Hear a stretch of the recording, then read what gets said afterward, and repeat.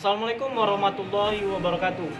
Perkenalkan, nama saya Furqon Al-Badri, NIM B119459. Saya dari Fakultas Universitas Jambi. Nah, dengan mata kuliah Hukum Hak Asasi Manusia. Kali ini saya akan menjelaskan apa itu hak atas hidup, pengertian, tujuan, dan undang-undang yang tertera. Langsung saja ke penjelasannya. Salam mahasiswa. Nah, kali ini kita akan menjelaskan apa itu hak asasi manusia. Menurut para ahli, John Locke, semua manusia pada dasarnya sama dalam hak yang sama, bahwa setiap orang memiliki kebebasan alamiahnya tanpa tunduk pada kehendak atau otoritas orang lain. Semua sama dan independen, tidak ada yang boleh menyakiti orang lain tanpa dasar yang jelas. Apakah hak asasi manusia itu berkaitan dengan itu saja? Tidak, seperti halnya perperangan, kemudian perampasan, penjajahan, penyiksaan terhadap anak kecil, bahkan terhadap seorang wanita. Dan paling kejinya, anak kandung yang membunuh ibunya sendiri, yang mengakibatkan anak kandung itu mendapat hukuman penjara seumur hidup. Pasal 28A juga menjelaskan setiap orang berhak untuk hidup serta berhak mempertahankan hidup dan kehidupannya. Makna maksud ini tersebut bahwa setiap manusia, terutama warga negara Indonesia, sejak ia lahir mempunyai hak yang sama dalam hak untuk hidup dan mempertahankan kehidupannya. Tidak ada satu orang pun yang bisa membeli nyawa orang lain atau menghilangkan nyawa orang lain dengan alasan apapun. Jika ada yang menghilangkan nyawa orang lain dengan atau apalagi tanpa alasan, maka orang tersebut harus menanggung hukuman sama dengan hukuman yang berlaku. Kita juga merujuk pada putusan Mahkamah Konstitusi mengenai pengujian pasal 80 Undang-Undang Nomor 22 Tahun 1997 tentang narkotika yang memuat sanksi pidana mati terhadap Undang-Undang 1945. Berkaitan dengan hal ini, dalam artikel terikat Konvensi Internasional, hukuman mati mesti dijalani terus. Menurut Konstitusi MK, dalam putusannya pada 30 Oktober 2007, menolak uji materi hukuman mati dalam Undang-Undang Narkotika dan menyatakan bahwa hukuman mati dalam Undang-Undang Narkotika tidak bertentangan dengan hak hidup yang dijamin Undang-Undang 1945. Lantaran jaminan HAM dalam Undang-Undang 1945 tidak menganut asas kemutlakan.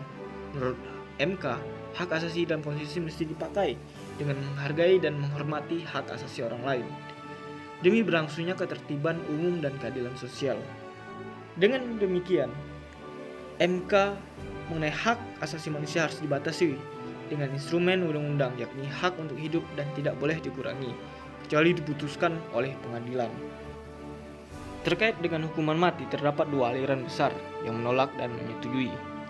Mereka yang menolak pidana mati berkeyakinan bahwa pidana mati tidak terbukti memiliki efek jera, karena walaupun pidana mati telah dijalankan, masih banyak orang yang melakukan tindak pidana.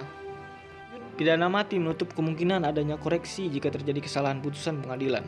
Sedangkan mereka yang berpendapat bahwa hukuman mati harus dipertahankan berkeyakinan bahwa inilah satu-satunya cara bagi masyarakat untuk menghindarkan diri dari kecelakaan lebih besar dengan lepas nyawa terpidana.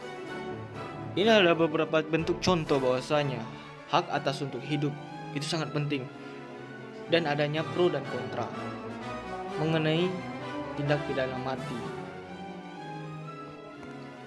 Dalam bentuk contoh, penyalahgunaan narkoba dan menyebarluaskan narkoba dan tidak sewajarnya merupakan bentuk dan contoh bahwa tindakan mati itu ada fungsinya. Ini adalah salah satu contoh penyalahgunaan narkotika. 9 tersangka divonis hukuman mati. Dengan demikian, hak atas untuk hidup mereka itu sudah diambil dengan keputusan pengadilan. Memahami hak hidup dalam kerangka HAM sebenarnya harus dilakukan secara utuh dengan mengkaitkannya dengan spirit hukum internasional. Pasal 28A, tiap-tiap orang memiliki hak yang melekat untuk hidup, yang kemudian dilanjutkan dengan frasa hak ini harus dilindungi oleh hukum, dan kemudian dengan frasa tak seorang pun dapat dirampas nyawanya secara sewenang-wenang. Dalam konteks ini, hukuman mati merupakan bentuk hukuman yang sangat tinggi bagi pelaku pelanggaran hak asasi manusia. Dalam konteks inilah hak hidup dan jaminan untuk tidak dirampasnya nyawa secara sewenang-wenang harus dipahami. Artinya sebenarnya perampasan nyawa secara sewenang-wenang itulah yang tidak dikehendaki oleh norma hukum hak asasi manusia. Perampasan nyawa secara tidak sewenang-wenang, yakni melalui pengadilan, oleh karenanya bukan merupakan pelanggaran hak asasi manusia. Dan oleh sebab itu, pengajian terhadap tersangka itu dilihat dari seberapa besar tindak pidana yang dilakukan, sehingga dapat divonis dengan hukuman mati dengan pengambilan hak atas untuk hidup mereka.